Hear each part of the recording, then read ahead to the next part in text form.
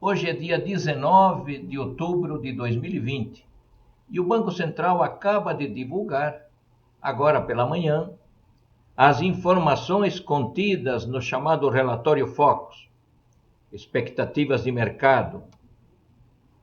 Sempre faço algumas ressalvas muito importantes. A primeira é que este relatório não é elaborado pelo Banco Central do Brasil. Este relatório, ou seja, as informações contidas neste relatório, são realizadas por um conjunto de empresas de consultoria econômica que elaboram essas previsões e as enviam ao Banco Central do Brasil no último dia útil da semana imediatamente anterior à divulgação, ou seja, na última sexta-feira. O Banco Central recebe essas informações sobre estas variáveis, as coloca em ordem crescente e divulga a mediana. Então, essas informações são relativas à mediana. E nós temos aqui uma distribuição de probabilidades com relação a estes valores. Como são valores medianos, vamos ter sempre valores maiores do que os que estão aqui e também valores menores dos que estão assinalados aqui. Lembro também que estas expectativas são adaptativas. Elas são adaptadas semana após semana. E os colegas economistas, econometristas, vão incluindo em seus modelos de previsão mais informações. Claro, à medida que passa o tempo, vamos ter mais informações que vão ser colocadas nesses modelos e eles se tornam mais robustos e a informação que acaba sendo divulgada, ela passa a ter, entre aspas, maior confiabilidade.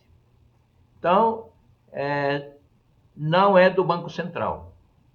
Constituem-se em medianas. São expectativas adaptativas semanais. Isso é muito importante. E as variáveis são extremamente relevantes para a tomada de decisões, tanto dos agentes econômicos privados, quanto dos agentes econômicos do setor público. Pela ordem de importância, vamos primeiro falar da questão fiscal. A questão fiscal está nas últimas linhas aqui deste relatório. Repare, resultado primário. A previsão é de um rombo nas contas públicas de 12% do PIB.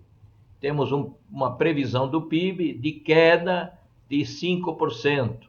Olha, a previsão está se ajustando a 5%, deverá cair um pouquinho mais nas próximas semanas, mercê da reativação da economia, num primeiro momento graças ao auxílio emergencial de R$600, com menor vigor o auxílio emergencial de R$300, mas a liberação de setores econômicos com todos os cuidados, porque estamos ainda em plena pandemia, essa liberação de setores econômicos está resultando em maior gasto por parte dos consumidores e, por conseguinte, esses aumentos de demanda estão levando as empresas prestadoras de serviços ou produtoras de bens a demandarem mais bens da indústria. Ou seja, há uma reativação da economia e se nós estamos observando 5% nesse momento de tombo, vamos lembrar que no início da pandemia, algumas previsões catastróficas diziam que o Brasil iria ter uma queda, um tombo de 9% do produto interno bruto. Felizmente, isso não está se realizando. Mas, graças ao auxílio emergencial, estava dizendo, houve uma expressiva blindagem a este tombo, né?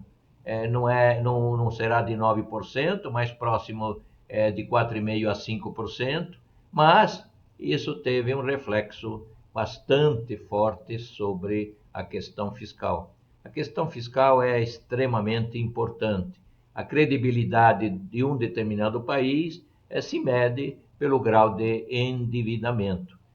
Hoje estamos já com um grau de endividamento próximo de 100% do PIB. É verdade que esse grau de endividamento é um numerador, né, que está crescendo, é verdade, está crescendo, está perto de R$1 trilhão, e um denominador que vem a ser o tamanho do PIB.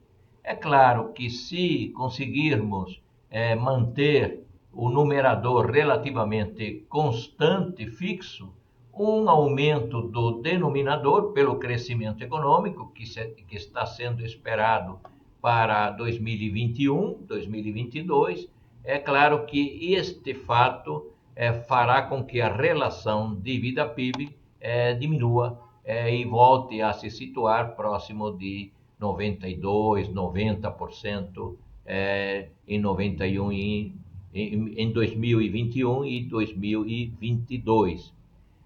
Mas é extremamente importante que o numerador permaneça relativamente inalterado. Também é extremamente importante que não se fure o chamado teto do gasto. Há algumas ideias aí sobre o auxílio emergencial, se vai continuar o ano que vem, de que forma serão dadas essas ajudas, mas é necessário que exista dinheiro no orçamento normal, né, porque esse orçamento de guerra deve terminar, que exista dinheiro no orçamento normal, devidamente carimbado para essa determinada finalidade. A taxa de juros está prevista em 2%, a chamada Selic, que é a taxa de juros que remunera os títulos do governo federal. Essa taxa Selic está fortemente relacionada com o serviço da dívida. A diferença entre o resultado nominal e o resultado primário é de 3,8% do PIB, do novo PIB, é lógico, vem a ser o serviço da dívida. Quanto de juros deverão ser pagos até o final de 2020. A taxa de juros ela pode ser considerada nominal, 2% aqui, e pode ser considerada também em termos reais. Já comentei em outros relatórios focos que o IGPM é uma proxy mais segura de um índice geral de preços do que o IPCA. E este IGPM está subindo e muito, 17,15%, em função dos commodities, do preço das commodities, em função da variação do dólar e de outros itens que compõem o IGPM. É algo estranho, né, que isso ocorra, principalmente porque esse índice é um índice que atualiza, corrige inúmeros contratos, principalmente os contratos de aluguel. Então nós vamos ter uma situação bastante complicada para o trabalhador que vive de aluguel. Nem sempre ele consegue negociar esse percentual, mas estamos caminhando para um aumento aí de aproximadamente 18% nos aluguéis, e em muitas situações esse trabalhador perdeu boa parte do salário ou então perdeu o próprio emprego, a sua renda. Do ponto de vista do IPCA, do Índice de Preços ao Consumidor, ampliado, a previsão é uma taxa de inflação de 2,65%. Repare que uma semana atrás estava em 2,47% e um mês atrás estava em 1,99% a previsão deste índice de preços IPCA. Os preços administrados, a previsão de 0,96%, e temos uma relação também entre a taxa de juros e a taxa de câmbio. A taxa de câmbio está com uma previsão de R$ 5,35 até o final do ano, e, conforme já disse em vários relatórios anteriores, à medida que a taxa de juros é extremamente baixa, muito investidor internacional deixa de aplicar nesse país, que tem taxa de juros tão baixa, e vai aplicar em outro. No nosso caso, temos duas situações atuando contra o investidor estrangeiro, contra a entrada de divisas no país. De um lado vem a ser essa baixíssima taxa de juros, que remunera os títulos da dívida pública do governo federal, e de outro lado vem a ser este alerta que está sendo dado a esse investidor com relação ao tamanho do rombo, do tombo da economia brasileira nesse ano, e particularmente da relação dívida-PIB. Por melhores que sejam nossos prognósticos para os próximos anos, esses investidores olham muito o curto prazo. E no curto prazo, temos um grave problema com relação à dívida pública. A relação da taxa de câmbio com o setor exportador é totalmente visível. Nós temos aqui uma balança comercial prevista em 57,56 bilhões de dólares positiva. Temos um saldo de ingresso de capital estrangeiro de 50 bilhões de dólares e um saldo negativo na conta corrente, normal, previsível, de 6,71 bilhões de dólares, neste caso negativo, mas facilmente coberto pelo ingresso de capital estrangeiro direto.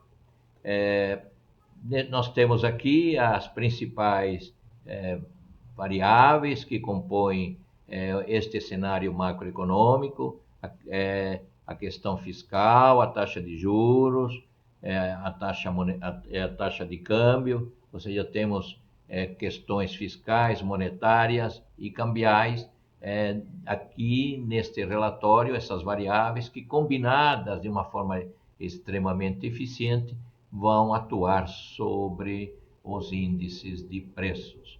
Temos observado um valor extremamente desvalorizado para o real, e este fato tem contribuído para que o IGPM esteja atingindo esses valores tão elevados. No tocante à questão da dívida pública, da relação dívida-PIB, caso você tenha interesse, tive a honra de entrevistar o professor Antônio Delfim Neto, que você pode ver o vídeo no YouTube, no site da Ordem dos Economistas do Brasil. E também vou dizer a você que a melhor solução que o professor Antônio Delfim Neto está encontrando nesse momento para devolver a credibilidade da economia brasileira, não só aos residentes, mas também aos não residentes, a melhor modelagem seria a reforma administrativa.